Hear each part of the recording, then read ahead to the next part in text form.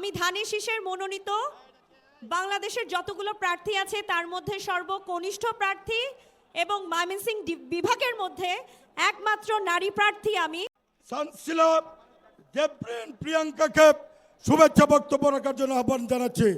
আমরা দেখতে পাচ্ছি কৃষক দল একটি বিশাল মিছিল নিয়ে আজকের এই মাঠের কানায় কানায় পূর্ণ করে দিয়েছে।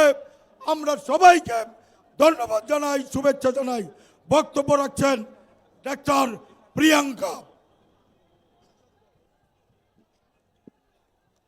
ধন্যবাদ। আসসালামু আলাইকুম। আমি ডাক্তার সানসিলা জেব্রিন প্রিয়াঙ্কা, শেরপুর সদর 1 আসন থেকে ধানের শীষের মনোনীত প্রার্থী। আমি 2018 সালে ধানের শীষের প্রতীক নিয়ে নির্বাচন করেছি, এবারও নির্বাচন করছি। শেরপুর সদর 1 আসনে, আমার এই অবহেলিত আসনে রেললাইন, বিশ্ববিদ্যালয়, হাসপাতাল, মেডিকেল কলেজ, বেকারত্ব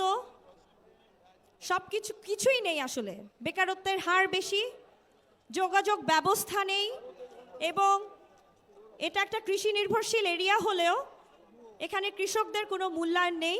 ইনশাল্লাহ আমি যদি সদর 1 আসন থেকে এমপি হতে পারি, আমি আমার শেরপুর সদরকে সর্বোচ্চ গুরুত্ব দিয়ে কাজ করব। আপনারা জানেন ইনশাল্লাহ আমি শুধু শেরপুর সদর 1 আসনের নারীদের প্রতিনিধিত্ব করব না, ময়মনসিংহ বিভাগেরও একদিন নারীদের প্রতিনিধিত্ব করব এবং সারা বাংলাদেশে নারীদের প্রতিনিধিত্ব করব ইনশাল্লাহ। এবং আমি মনে করি আমার সদর 1 আসনের দিকে শুধু 1 আসনের মানুষ তাকিয়ে নেই, সারা বাংলাদেশের মানুষ একজন চিকিৎসক হিসেবে চিকিৎসক সমাজ তাকিয়ে আছে, একজন নারী হিসেবে নারী সমাজ তাকিয়ে আছে এবং তরুণদের প্রতিনিধিত্ব হিসেবে সকল তরুণ সমাজ আমার সাথে আছে ইনশাল্লাহ। এবং সারা বাংলাদেশের মানুষ ইনশাল্লাহ ধানের শীষের প্রতীকের সকল আসনের প্রার্থীকে বিজয়ী করবে এবং ময়মনসিংহ বিভাগের আমার যে কয়জন আসন আছে, আমার প্রার্থীরা, আমার শ্রদ্ধেয় চাচারা বসে আছেন, ইনশাল্লাহ ময়মনসিংহ বিভাগ থেকে আমরা সর্বোচ্চ আসন পাবো। এই বলে আমি আমার বক্তব্য শেষ করছি।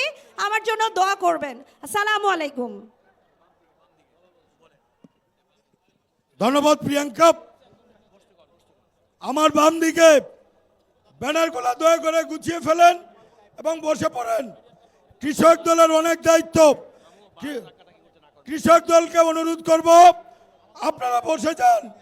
যারা এখানে বাউন্ডারির বাস ধাক্কাধাক্কি করছেন আপনাদেরকে তাতে বলছি, এখানে মহিলারা আছে মুক্তাগাছা, দয়া করে আপনারা বসে যান। আমরা দয়া করে বলবেন, এখানে মহিলারা আছে। এ পর্যায়ে বক্তব্য রাখার জন্য আহ্বান জানাচ্ছে